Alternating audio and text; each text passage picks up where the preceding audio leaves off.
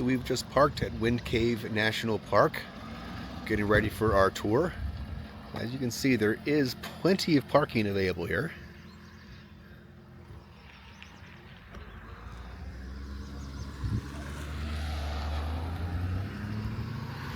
And we're going to head on in. It's a completely illegible and unhealthy map.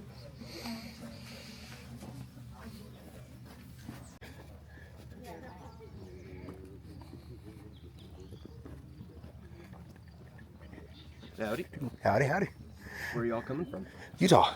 Oh, very cool. Howdy, folks. I'm going to be sharing the emergence story by the cave's entrance. Y'all are welcome to join. Morning, everyone. How y'all doing today? Morning. Excellent. I want to welcome you all to the cave's largest natural entrance. This site right here, like I was saying, is a sacred site for many different indigenous groups from the area. This is a site of the creation story. And no matter where you're from, what your cultural background is, we all have our own creation stories.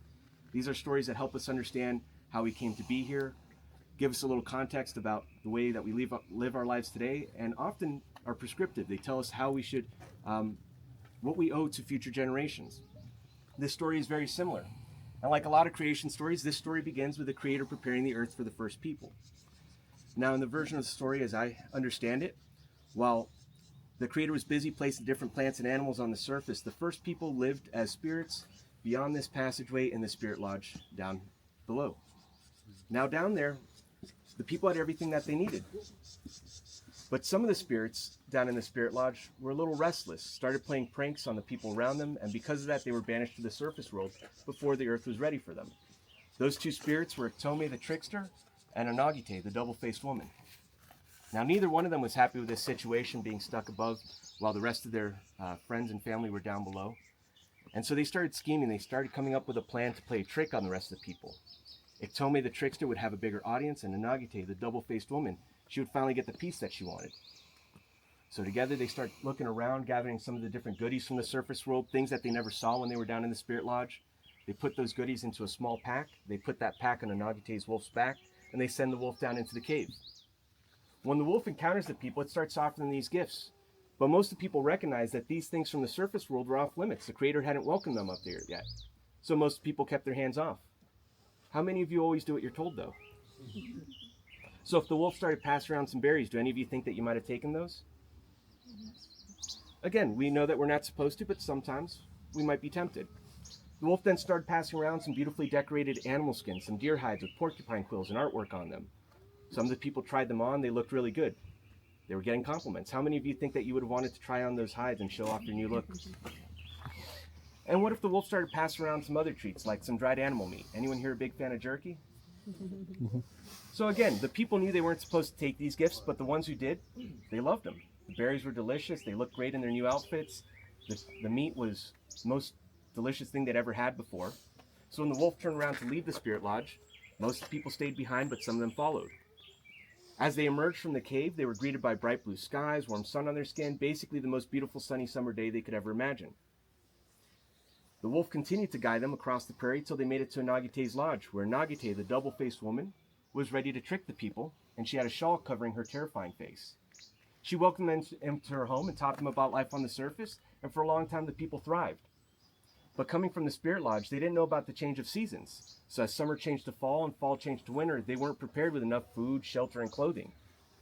They began to struggle, so they went back to Anagite to ask for help. And that's when she pulled her shawl back, unveiling her terrifying face, and she chased the people off. Now these people knew that if they returned to the spirit lodge, it would be safe, so they came running back this way. But when they got here, they found that Iktomi, the trickster, had blocked the entrance. So now they're stranded. These people were cold, tired, hungry, scared, desperate. They sat right where you folks are and began to cry. The Creator heard their cries and came down to find out what was going on. When the Creator saw that this first group of people had left the cave before they were supposed to, it was understood that the Creator was upset and decided to punish the people by putting them down on all fours, giving them thick brown fur, big horns, turning them into the first herd of what? Bison. Is it bison or buffalo? Bison. Or maybe Bate. Or Tatanka for referring to the bulls. But you all know what I'm talking about, whatever language I use, right? So I want to take a step back. These stories were traditionally passed down by word of mouth from generation to generation, family to family. So sometimes you'll hear some small variations, but if we get hung up on the language, we're missing the big point. The version of the story that I'm sharing with you was shared with us here at Wind Cave National Park by Sheena Barrigal from the Oglala Lakota community from Pine Ridge. She learned the story from a tribal historian and spiritual leader, Wilmer Mesta. Now, he passed away in 2017, but we pass on his memory by sharing the stories he shared with us. Now, I've been here for 6 years now. I've had an opportunity to chat with a lot of folks from the community. They have their own stories that they learn from their own families differently. And one of my favorite variations says when the Creator saw the people were out here, saw that the people had done what they weren't supposed to and were struggling because of it, the Creator, like any other parent, is going to make sure that their children are protected. Does anyone want to guess how the Creator protected their children who are out here in the cold, difficult winter? Giving them fur. Yeah, turn them into the first herd of bison. So again, we can get obsessed over the language, we can get obsessed over the small details, but punishment, protection, any parent here knows that that line is blurry sometimes.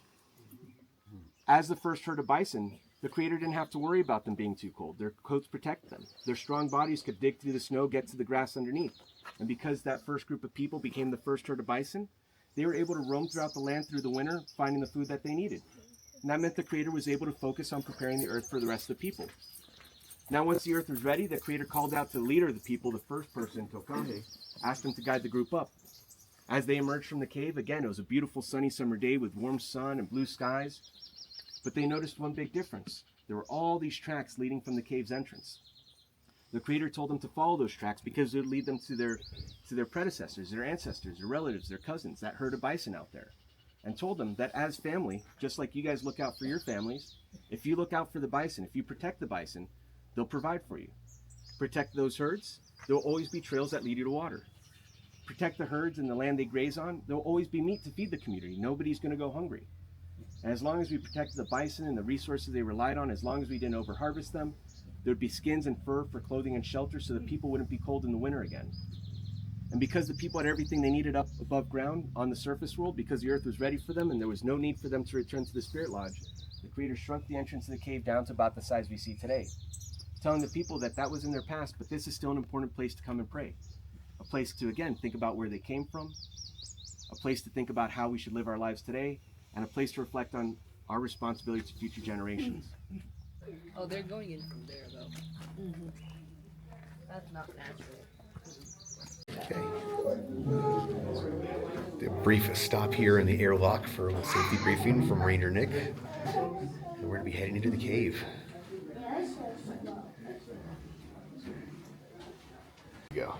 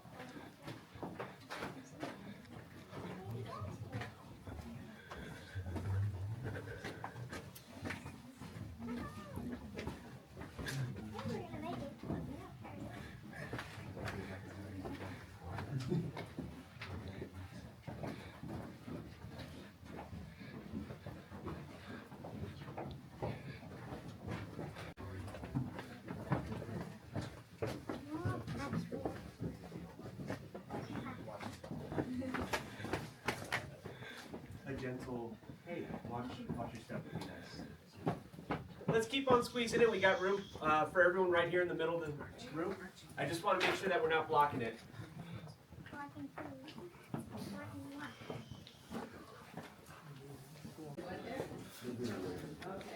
Right here at the corner.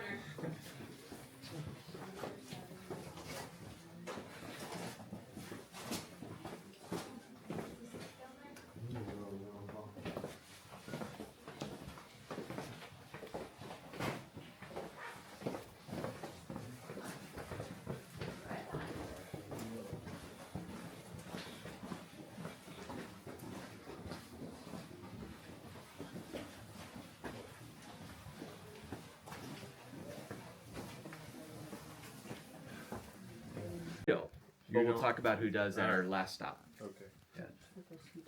Yep. Yeah, I'll meet you all down there. I hope your tour guides know where they're going. How's everyone doing?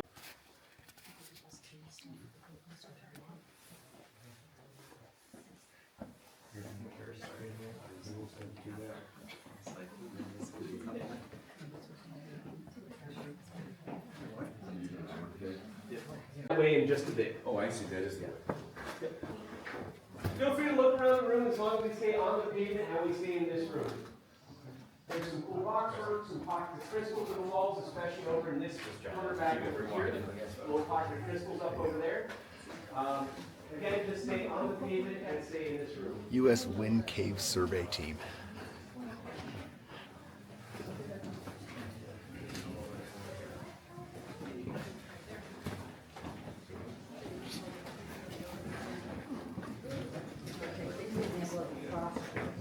Unfortunately, there aren't any good examples on this route that are We did pass some as we were entering the cave on the step down. It wasn't the best example of frost work, but it looked kind of like little puffy, kind of like just little balls of frost. Before we got to the post office, there's a little bit of the mountain. Sorry.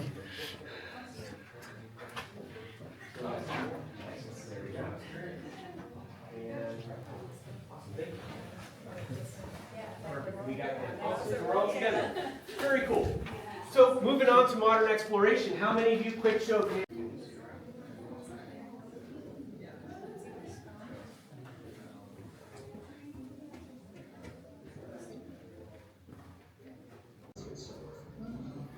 It's a 3D map of the tunnel system that we took.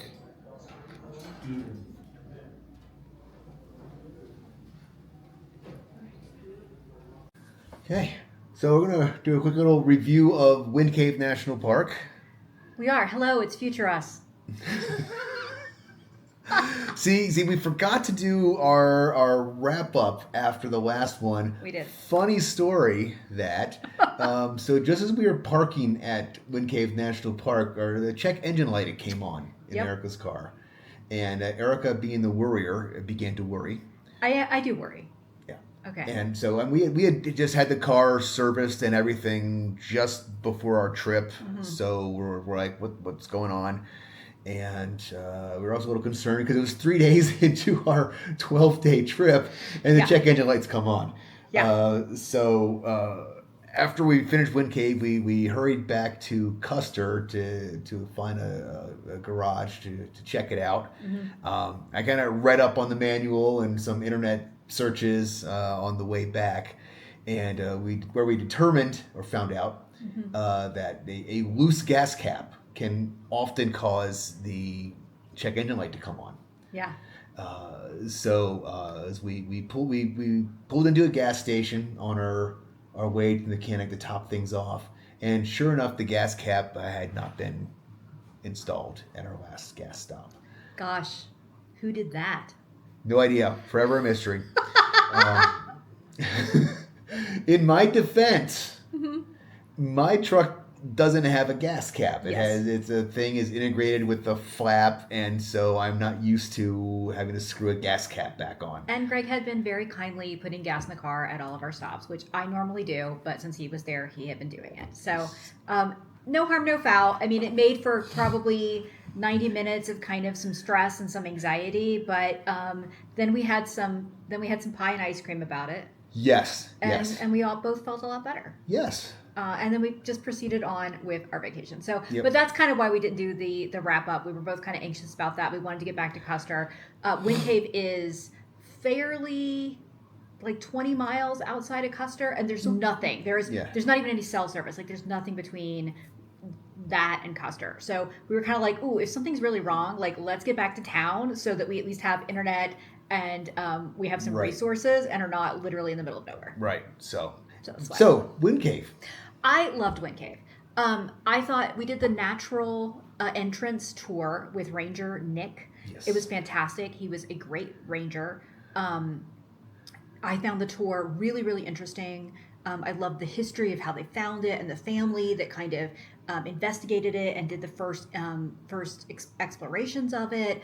I loved its history. I really am always fascinated. Every cave we go to, I feel like we hear this. I'm really always fascinated by how much scientific knowledge they gain from things inside of caves. Just how many things they're able to develop and learn from what lives inside caves and what they find there. Yeah. I thoroughly enjoyed the tour. Yeah. It was not at all uncomfortable. Yeah.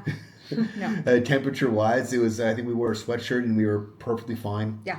So that part went really well. We had a decent crowd. It was not. It was capacity, but it was not. It was a little crowded, but it didn't feel too bad. Yeah. So, Yeah. It was a capacity crowd, and on that note, we did talk to some other folks just in Custer having dinner and things like that, and did learn that a few people had wanted to do a tour there and were not able to because they do sell out. So certainly if you're going in late spring and summertime, get them ahead of time. You can do that on the NPS website. Get those tours ahead of. There's basically nothing to see at the cave unless you go on a tour. Otherwise, that's correct. You can see the natural entrance, but as we mentioned, it is far out It of town. looks like there were some short hikes there, Maybe, but the park didn't seem to encompass all that much area and Above ground. Above ground, yes. The visitor center was also adequate. Yeah, I mean, you're going to have your bathrooms, you're going to have your stamps. Yeah. If you don't have, but basically, if you don't have a tour scheduled, unless you're a completionist and just really want to get that stamp, there's really no reason to go out there. Yes, there You're not is- going to the cave. There's nothing else. Yeah, there is another cave, Jewel Cave, which is very close in absolutely the same vicinity. Everything I read online said basically they're caves. Like for people who are really into caves, I'm sure that there is enough differentiation where you might have a favorite or there might be things that you want to see at both. I think that the Wind Cave had more of the box structures they talked about, whereas Jewel Cave had more, I think, stalagmites or stalactites. So depending on what your preferences for caves are, we are not that into caves, so we don't have a preference for what cave we saw, and basically just went with where could I get reservations for a tour. So, but Jewel Cave can be an option if maybe you aren't able to get the tour that you want at Wind Cave. Yeah. So, So, yeah, loved it. overall, Definitely thumbs up. thumbs up. As Assuming always. you can get the tour, Yeah. which you should do ahead of time before you go. Yeah. So, yeah, we'd do again. All right.